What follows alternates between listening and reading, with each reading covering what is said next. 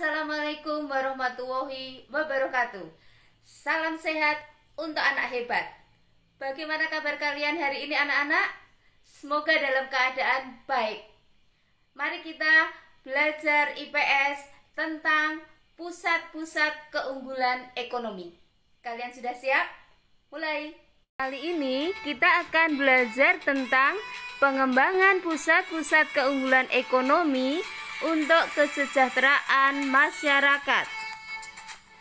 Sebelum kita bahas lebih lanjut, alangkah baiknya kita tahu dulu tujuan pembelajaran pada hari ini. Yang pertama, mengidentifikasi pusat-pusat keunggulan ekonomi di Indonesia. Dan yang kedua, menjelaskan pengaruh pusat keunggulan ekonomi dalam berbagai bidang kehidupan. Kalian tahu anak-anak, ada berapa pusat-pusat keunggulan ekonomi di Indonesia? Ya, ada 3. Pertama, PT Freeport Indonesia. Yang kedua, Perusahaan Tambang Minyak Negara. Dan yang ketiga, Batik Indonesia. Untuk lebih jelasnya, kita bahas satu persatu. Yang pertama, PT Freeport Indonesia. Nah, perusahaan ini terletak di Kabupaten Mimika, Provinsi Papua.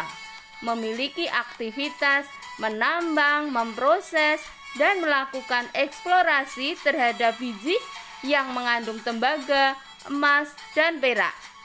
PT Freeport Indonesia melakukan produksi di 2 tempat, yaitu di Espot sejak tahun 1967 dan di Grasberg tahun 1988. Apa kontribusi PT Freeport bagi negara? Yang pertama, menyediakan lapangan pekerjaan. Yang kedua, penanaman investasi. Yang ketiga, pembelian barang dan jasa domestik. Dan yang keempat, pembayaran pajak, dividen, royalti, dan lain-lain. Ternyata banyak ya kontribusinya. Selanjutnya, pusat keunggulan ekonomi yang kedua yaitu Perusahaan Tambang Minyak Negara. Ini nanti yang mengoperasikan Pertamina. Kemudian Pertamina mengelola kilang-kilang minyak yang ada di Indonesia. Apa itu kilang minyak? Yaitu pabrik fasilitas industri yang mengolah minyak mentah menjadi produk petroleum atau produk bahan baku petrokimia seperti bensin, minyak diesel, ataupun minyak tanah. Indonesia ada 7 kilang minyak yang beroperasi. Yang pertama, kilang Pangkalan Brandan ada di Sumatera Utara. Yang kedua, kilang Dumai ada di Riau. Ketiga, kilang Cilacap ada di Pulau Jawa, merupakan satu-satunya kilang yang memproduksi aspal dan base oil untuk kebutuhan pembangunan infrastruktur di tanah air. Keempat, kilang Balikpapan ada di Kalimantan Timur. Tugasnya mengolah minyak mentah menjadi produk yang siap dipasarkan berupa BBM dan non-BBM. Yang kelima, kilang Kasim ada di Sorong, Papua. Sementara yang keenam, kilang Balongan ada di Indramayu, Jawa Barat. Kilang ini memiliki nilai strategis dalam menjaga kestabilan pasokan BBM ke DKI Jakarta, Banten, dan sebagian daerah Jawa Barat. Nah, yang terakhir, kilang Cepu. Kalian pasti tahu ini karena merupakan daerah Blora. Kilang ini bertugas untuk menjamin pengadaan BBM untuk rakyat dan pertahanan di Pulau Jawa. Terus bagaimana peranan Pertamina bagi rakyat Indonesia? Ternyata peranannya sangat besar. Yang pertama, menstimulasi kegiatan perekonomian rakyat. Yang kedua, mendukung anggaran negara melalui kontribusi, dividen, dan pajak. Ketiga, mendukung ketahanan dan kemandirian energi nasional dan membebaskan Indonesia dari ketergantungan impor produk BBM. Keempat, memberikan investasi dalam bentuk pembangunan infrastruktur energi yang menyerap tenaga kerja. Selanjutnya, pusat keunggulan ekonomi yang ketiga yaitu batik Indonesia.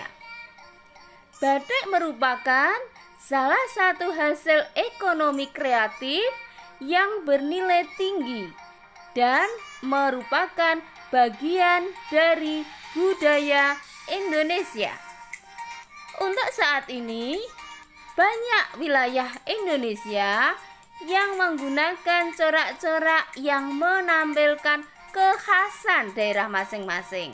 Termasuk di daerah kita di Blora, terkenal dengan batik Blora yang bagus-bagus.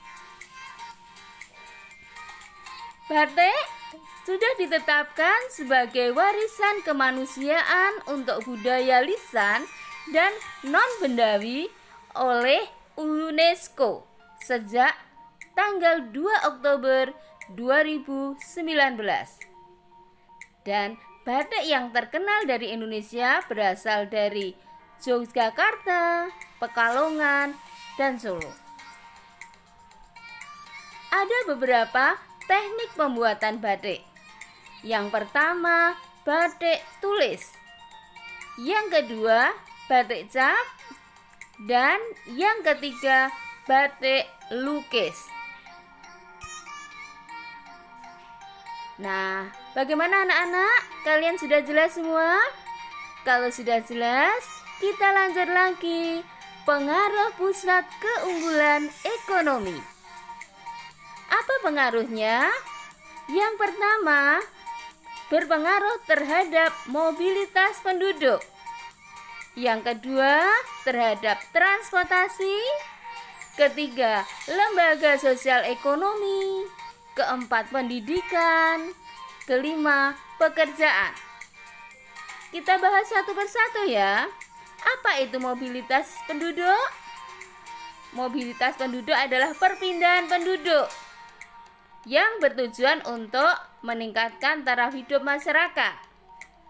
Ternyata dengan adanya pusat keunggulan ekonomi di suatu wilayah akan mendorong terjadinya perpindahan penduduk dari daerah lain untuk masuk ke daerah itu.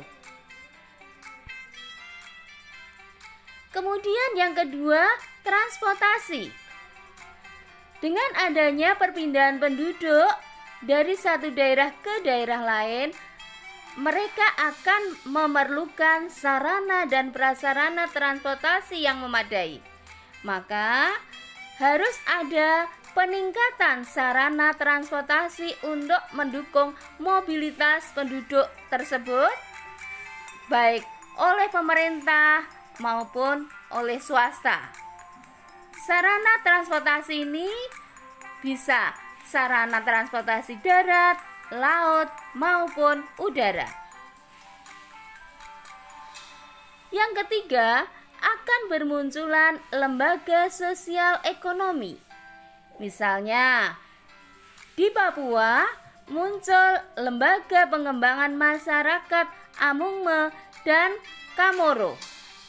Kemudian ada lembaga Nirlaba yang mengelola dana kemitraan dari PT Freeport untuk membangun sekolah yang diperuntukkan masyarakat Papua, terutama warga yang ada di sekitar area pertambangan. Yang keempat, pendidikan. Keunggulan pusat ekonomi nanti akan membutuhkan tenaga-tenaga ahli dan tenaga-tenaga terampil. Sehingga di sini akan terbuka sarana-sarana pendidikan sehingga menghasilkan sumber daya manusia yang kreatif, inovatif, dan mampu bersaing di tingkat internasional. 6. Pekerjaan. Terbukanya lapangan pekerjaan dan kesempatan kerja bagi masyarakat. Dan dengan tumbuhnya pusat-pusat keunggulan ekonomi, maka bertambahnya produksi barang dalam negeri sehingga berakibat pada bertambahnya kebutuhan tenaga kerja yang akan memperluas lapangan pekerjaan. Bagaimana anak-anak? Semoga kalian bisa jelas dalam mempelajari pusat-pusat keunggulan ekonomi. Kesimpulan pembelajaran pada hari ini bahwa pusat-pusat keunggulan ekonomi akan sangat berpengaruh terhadap kehidupan masyarakat, mulai dari migrasi penduduk, kemudian transportasi ataupun pendidikan di masyarakat. Bagaimana pembelajaran pada hari ini anak-anak? Kalian jelas semua? Semoga kalian tetap semangat dalam belajar. Kita akhiri pembelajaran pada hari ini. Wassalamualaikum warahmatullahi wabarakatuh.